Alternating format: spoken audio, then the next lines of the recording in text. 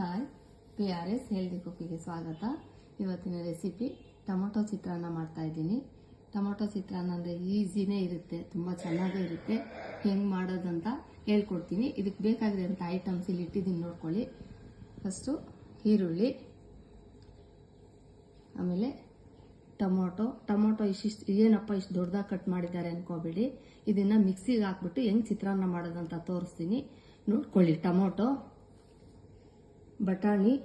ಬಟಾಣಿ ನಾನು ಇಲ್ಲಿ 50% ಬೇಯಿಸ್ಕೊಂಡಿದ್ದೀನಿ. ಒಗ್ಗರಣೆಯಲ್ಲೂ ಬೇಯ್ತವೆ, ಬಟ್ ಲೇಟ್ ಆಗುತ್ತೆ. ಅದಕ್ಕೆ ನಾನು ಒಂದು 50% ಬೇಯಿಸ್ಕೊಂಡಿದ್ದೀನಿ, ಸ್ವಲ್ಪ ಹಾಕೊಂಡಿದ್ದೀನಿ. ನಿಮ್ಮ ಮನೆಗಳಲ್ಲಿ ಬೇಕಿದ್ರೆ ಜಾಸ್ತಿನೇ ಹಾಕೊಳ್ಳಿ. ಬಟಾಣಿ, ಅರಿಶಿನ ಪೌಡರ್, ಕಡಲೆಬೇಳೆ, ಸಾಸಿವೆ, ಕಡಲೆಬೀಜ, ಉಪ್ಪು, ಕರಿಬೇವು, ಇಷ್ಟು ಐಟಮ್ಸ್ ಬೇಕಾಗುತ್ತೆ. ಹೇಗೆ ಮಾಡೋದಂತ ಹೇಳ್ಕೊಡ್ತೀನಿ. ಸೂಪರಾಗಿ ಬರುತ್ತೆ, ನೋಡ್ಕೊಳ್ಳಿರಂತೆ. ಹೇಗೆ ಮಾಡೋದಂತ ತೋರಿಸ್ಕೊಡ್ತೀನಿ, ಬನ್ನಿ ನೋಡ್ಕೊಳ್ಳಿ. ನೋಡಿ, ಮಿಕ್ಸಿ ಜಾರ್ಗೆ ಸ್ವಲ್ಪ ಕೊತ್ತಂಬರಿ ಸೊಪ್ಪು ಹಾಕ್ತಾ ಇದ್ದೀನಿ, ಒಂದು ಸ್ವಲ್ಪ ಹಾಕೊಳ್ಳಿ. ನೆಕ್ಸ್ಟು ಟೊಮೊಟೊನು ಹಾಕ್ತಾ ಇದ್ದೀನಿ. ನುಣ್ಣಗೆ ರುಬ್ಕೊಂಡ್ಬಿಡಿ, ಪೇಸ್ಟ್ ಥರ ರುಬ್ಕೊಂಡ್ಬಿಡಿ. ಟೊಮೊಟೊ ಕ್ಲೀನಾಗಿ ರುಬ್ಕೊಂಡ್ಬಿಡಿ.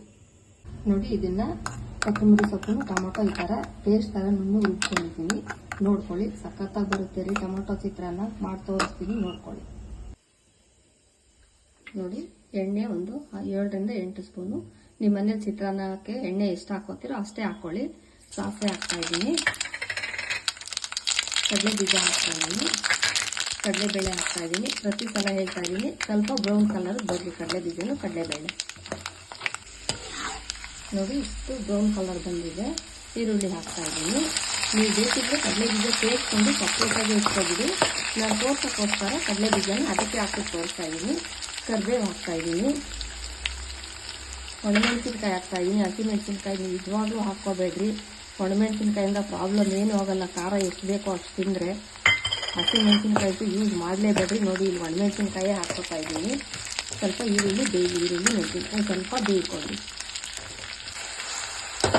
ಅದು ಅಷ್ಟಾಗಿದೆ. ಉಪ್ಪು ನಾನು ಅಂದಾಜ್ ಮೇಲೆ ಹಾಕೋತಾ ಇದ್ದೀನಿ. ನೀವು ಸ್ಪೂನಲ್ಲಿ ಕಲಿಸ್ಕೊಳ್ಳೋರು ಎಷ್ಟು ಬೇಕೋ ಅಷ್ಟು ಸ್ಪೂನುಗಳಲ್ಲಿ ಹಾಕ್ಕೊಳ್ಳಿ.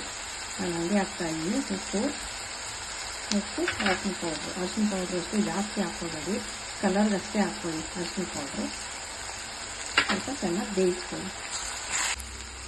ನೋಡಿ, ಇಷ್ಟು ಬೆಂದಿದೆ. ಮೆಣಸಿನ್ಕಾಯಿನೂ ಈರುಳ್ಳಿ ಎಲ್ಲನೂ ಬಟಾಣಿ ಹಾಕ್ತಾ ಇದ್ದೀನಿ. ನೆಕ್ಸ್ಟ್ ನಾನಿಲ್ಲಿ ಬೇಯಿಸ್ಕೊಂಡಿರೋದ್ರಿಂದ ಆಮೇಲೆ ಹಾಕ್ತಾ ಇದ್ದೀನಿ. ನೀವು ಒಗ್ಗರಣೆಗೆ ಹಾಕ್ಕೊಳ್ಳೋದಿದ್ರೆ ಹಾಕ್ಕೊಳ್ಳಿ. ಮೆಣಸಿನ್ಕಾಯಿನೂ ಅಷ್ಟೇ. ಯಾರಪ್ಪ ತೆಗ್ದಿಡೋರು ಅಂದರೆ ನೀವು ನೋಡಿ, ಟೊಮೊಟೊ ರುಬ್ತಿರಲ್ಲ, ಕೊತ್ತಂಬರಿ ಸೊಪ್ಪು ಟೊಮೊಟೊ, ಅವಾಗ ಅದ್ರ ಜೊತೆಗೇನೆ ಹಾಕ್ಕೋಬೋದು. ನೋಡಿ, ಇವಾಗ ಅದನ್ನ ಮಿಕ್ಸ್ ಮಾಡ್ತಾ ಇದ್ದೀನಿ. ಚಿತ್ರಾನ್ನ ಸೂಪರಾಗಿರುತ್ತೆ ರೀ, ತಿಂದು ಟೇಸ್ಟ್ ಮಾಡಿ. ನೋಡಿ, ಟೊಮೊಟೊ ಚಿತ್ರಾನ್ನ ರೆಡಿ ಆಗಿಬಿಟ್ಟಿದೆ.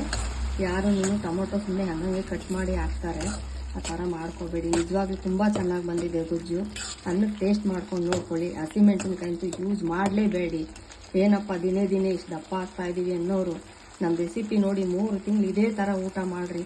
ಯಾವ ಜಿಮ್ಮು ಬೇಡ, ಏನು ಬೇಡ. ಆಟೋಮೆಟಿಕ್ಕಾಗಿ ಸಣ್ಣ ಆಗೋಗ್ತೀರಾ. ಗ್ಯಾಸ್ಟ್ರಿಕ್ ಇದ್ದರೆ ಪಕ್ಕಾ ಗ್ಯಾಸ್ಟ್ರಿಕ್ ಹೊರಟೋಗುತ್ತೆ.